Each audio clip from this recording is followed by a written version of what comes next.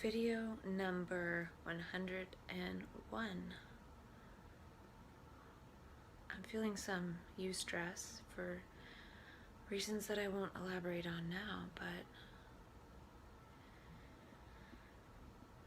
I'll go back into talking about context notes that I made. And they're a bit out of order because when I don't make videos for days and then I'm typing notes, I don't really keep track of any logical order that they go in per se. And I was thinking about how context itself is sort of disorder.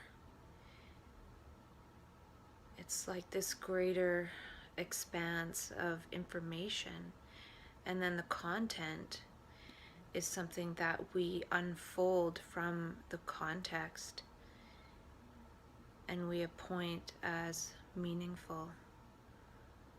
So there's infinite context, but we're pulling from a very limited amount of the context.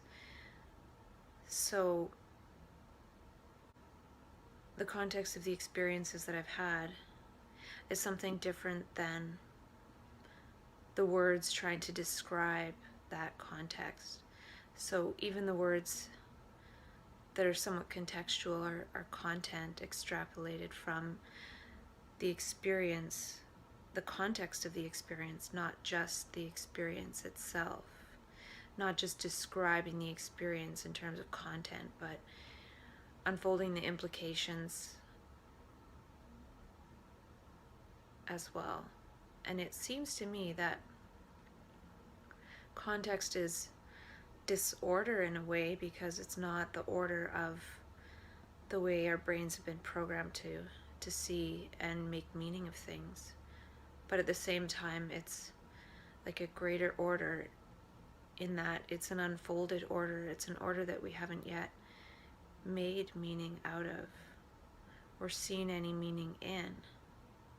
Maybe that's part of it, that meaningful domain wants us to see the meaning of the meaningful domain instead of making the same meanings all the time, because then it becomes meaningless because we start to not even perceive the things that we're no longer making meaning out of. And that's part of the learning process. It's part of what is designed in our brain, so we keep learning. And oftentimes we replace that with the process of continuing to desire more and more things. But really, I think that redundancy process, or that hedonic adaptation, as Jason Silva says in his videos, is for us to keep learning. But we've been told what to know, and so we stop learning, become habits, and we desire and desire more and more and more and more, instead of learning, which is innately fulfilling without needing to desire any particular thing. And by desiring something in particular, we're actually missing out on everything else that we could be perceiving, but our little ego probe compass has put its little feelers out for something in particular that we think that we want. And then oftentimes when we get it, we're already wanting the next thing. So I think that pleasure desire process has taken over learning. And actually part of my eustress right now has to do with desire in a way, and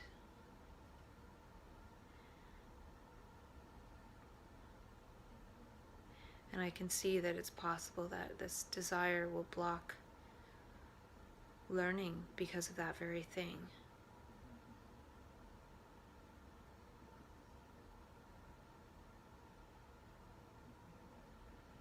And not to say that desire is bad. It's one part of the functionality of the spectrum, of the kaleidoscope of tools we have within our brain through which to learn, but it's the one that we've made dominant. And when that one is overutilized, it sort of crowds out those other capacities those other human dimensions. So one dimension is desire, perhaps, and that takes over nearly everything. And desire is tied into the me and the ego, whereas the other human dimensions are tied more into world centricity and altruism and the common humanity and the connection. And there are definite physical desires, as in needs, and then we extend those into mental desires through our image making process. And I was talking about the Little Book of Clarity by Jamie Smart, and he talked about implication-based learning, and I can't remember if I talked about how this process of context unfolding in self-dialogue in a way is implication-based learning, because I'm reading between the lines of my experience and then also talking to myself, and reading between the lines of talking to myself. So I'm just seeing further and further possible implications, and perhaps that's part of what Dr. David Bohm talks about, the implicit order and the explicit order. There's things that are implicit and there's things that are explicit. So I wonder what the implications are of creating diverse context versus the implications of just subscribing to the mainstream paradigm. I wonder if map consciousness is trying to crowd out ego consciousness. It definitely crowds it out for a certain period of time. And I wonder if context creation can sort of crowd out the amount of knowledge that I have about the mainstream paradigm. I wonder if one day it'll just be a distant memory for me. Because right now I'm still in it, yet I'm talking about things that are possibly outside of it, but then maybe one day I'll be outside of it as well as talking about things outside of it. And then not talking about things outside of it in reference to it, not talking about it at all. And that could be part of the game of map consciousness, is seeing the implications. Going into that other state of consciousness where we see the implications, we're super sensitive and we can see those implications. And perhaps since we're seeing the implications of things and we're actually acting based on the total pattern of perception of the implications, the total pattern implications of what we're perceiving and where that could lead and what that means and where that came from and all these different extrapolations to infinity, we become overwhelmed and behave in an apparent disordered way, but we're reacting to a different order of reality that we can't all sense all the time. We can see the implications and extrapolate, and that's what crushes us. That's what also elevates us at the beginning, seeing the implications of love and then seeing the implications of hate and judgment. And what are the implications of one person on a long-term medication treatment versus being able to transform and transcend and move into a different path? And I could say to myself that I have a psychotic disorder, or I could say that I have an interesting and unique relationship with the universe. Sometimes I ride the roller coaster of the universe, the roller coaster of the spectrum and scale of consciousness. And I feel like the temporary incapacitation that happens during psychosis sometimes is a re-emerging capacitation.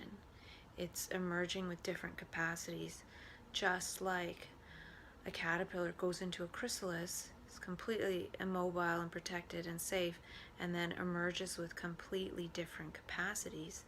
And that stillness is required for the imaginal cells of our consciousness to rearrange our consciousness in such a way that we reemerge with these new capacities, this habilitation aspect. It's like the reset button on the computer, and it's like how if you're doing maintenance on a machine, you shut it down. You don't try to work on it while it's moving around.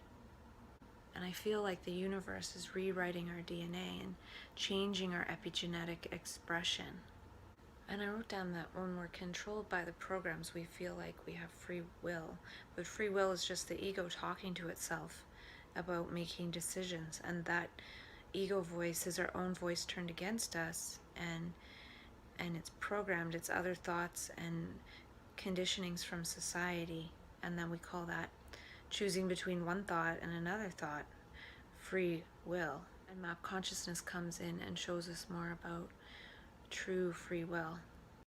And I was thinking about how words block perception, and another way it could, in a way, is that our words, our sounds, our voice, even in our own head, in our own voice, it blocks the nervous system from fully perceiving, in that those words are vibrating through all the nerves. That is going through our whole nervous system electrically.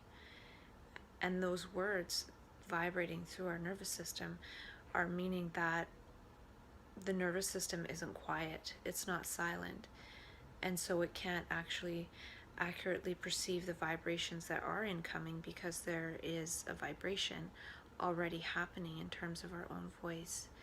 And so a lot of what we are perceiving gets blocked out by the fact that we're already having words happening in our nervous system. And then it could be possible that it's blocking the epimemetics and the endomemetics, the voice of the universe speaking to us and speaking through us and animating us as the voice of the universe, not just the voice of one's personal ego programming. And so it blocks perception. One can't see actuality when words are a barrier to that. And I wonder if there could be like a religion of human neurology developed from the principles from map consciousness.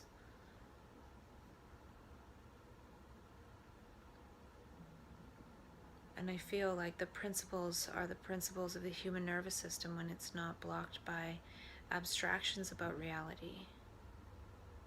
And when we're not abstracting about reality, we're actually feeling it fully, and we're more sensitive to it, and it's more challenging to actually go about life. And I'm really wondering if all this self-dialogue will change what I tune into next time I do go into map consciousness. Because I've never spent 6 months talking to myself about it. And since I did go into that state, known as psychosis, 3 times in 14 months, after the end of this month, in a couple of weeks, it'll be the longest I've gone without going into that state. So it'll be interesting to see if I can stay out of that state beyond 8 months to a year to 2 years to 3 years. I wonder if I can feel like, oh, the universe is just on my case again. I wrote something down about, I don't really know what I was talking about, but something along the lines of psychosis as getting to this point where one is trying to run away from thought, in terms of actually running away physically, or having behaviors that are labeled as, say, paranoia, which is like almost wanting to run away or wanting to hide. It's like trying to run away and hide from the collective consciousness of thought. So it's one thing to have a fearful thought and then push it away with another thought. That's a form of running away from a fearful thought. But as it gets more and more accumulated, one actually is literally running away from the projections of the collective unconsciousness, not just linear projected thoughts of one's own personal individuality. And it's actually seen and taken personal when it's gotten to the point of, say, thinking somebody's after oneself. In a way, thought is after us. It's not us, and we usually identify with our thoughts. And so going into psychosis is just an extreme form, is identifying with thoughts. And then these thoughts seem more unreasonable to people who are observing from the outside. But those very people have a very similar process going on in their mind that could easily get to the point where it's also supposedly out of control. And that could be part of it. Krishnamurti says the controller is the controlled. So normally we are controlling our thoughts and we feel like we're controlling them. But that's just another thought controlling it. So it's just one thought after another, and one thought, the thought prior sort of takes this position of I'm the one that created that next thought, and so I'm controlling it. But maybe when that process breaks down to some extent, the thoughts get out of control and they start to pile up, and then one feels like they're not in control of their thoughts. And when that happens, it can sort of, instead of just going from like one bad thought to one good thought, from one bad thought to one good thought, when there's no controller, it can go from bad thought to bad to worse to build up to all of a sudden the whole world is ending, when really maybe it's the world of thought getting to the very end of it. And over time, we've evolutionarily, we have the reflex to say, jump away from a snake. Well, in psychosis, so-called psychosis, it's like we're running away from some bigger, scarier thing. But it's all sort of an image in our minds. And I'm not saying that's wrong. It's sort of a natural consequence of the original process, which is actually seen as healthy. And that original process is never questioned. It seems like it's a reflex to get away from thought, because in mania, one is sort of getting away from thought and going into that collective beauty and up the levels of consciousness. And as one starts to come down the levels of consciousness, one starts to experience more and more thoughts. And they're thoughts that weren't identified originally with the person who's experiencing them. So then they seem like something other, but it's actually showing us the consequence of thought in general. And then the mania is showing us what happens when there's less thought and more light of consciousness and awareness. One sees the whole accumulated thought structure and starts to run. And there was an article that I read about the cost of something, I don't know what it was, like say sitting or something like that. And I wonder what the cost of habitual conditioned thinking is, of our regular ego thought process. And there's a lot more research right now about things like the flow state, and it's some semi-elusive state and difficult to get into. But what if that's our natural way to be, and we're supposed to be in that state 95% of the time, and use our ego consciousness, say, 5% of the time, but really that's happening to the opposite extent. So what is the cost of that? And a lot of certain things they do studies about that have costs associated with it. We never actually studied the level of thinking behind what that behavior is. And in a way, so-called psychosis is like the universe thinking through us, for us, and it's not always a welcome thing. but it's definitely a different type of thinking, and it produces different types of behavior. And so map consciousness is the design of the universe to make sure we don't get stuck in habitual patterns that are going to lead us towards destruction. It tries to help us to explore other modes and ways and behaviors and gestures of being, just as children do. And we're inner explorers. I thought of the term astronauts. They talk about psychonauts as people who take psychoactive substances, but it's almost like astronauts. They talk about the astral plane. I don't really know much about that, but I just thought astronauts was kind of a funny word. I even think map consciousness is a type of consciousness medicine. And at a certain dose, it can be poisonous and lethal, but at the right dose, it can be healing. And just as when one has a fever, one needs to rest. When one has map consciousness, there could be a rest period that's needed as well. It's sort of like a natural mechanism, just like a fever.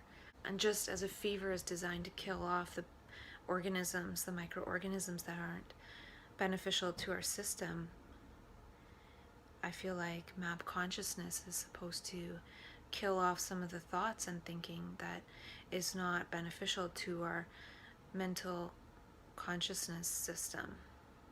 And part of the medicine of map consciousness is that a person might come back with medicinal messages. So it not only kills off the bad thoughts some of the time, it can create some new endomemes and epimemes that might be medicinal for the person in terms of maybe past things that needed to be integrated. And just as it's actually important for children to have the common childhood diseases in order to build their immune system for later life, it could be important for people to go into map consciousness in order to build this sort of immunity to being caught in habit or being caught in conformity or rigidity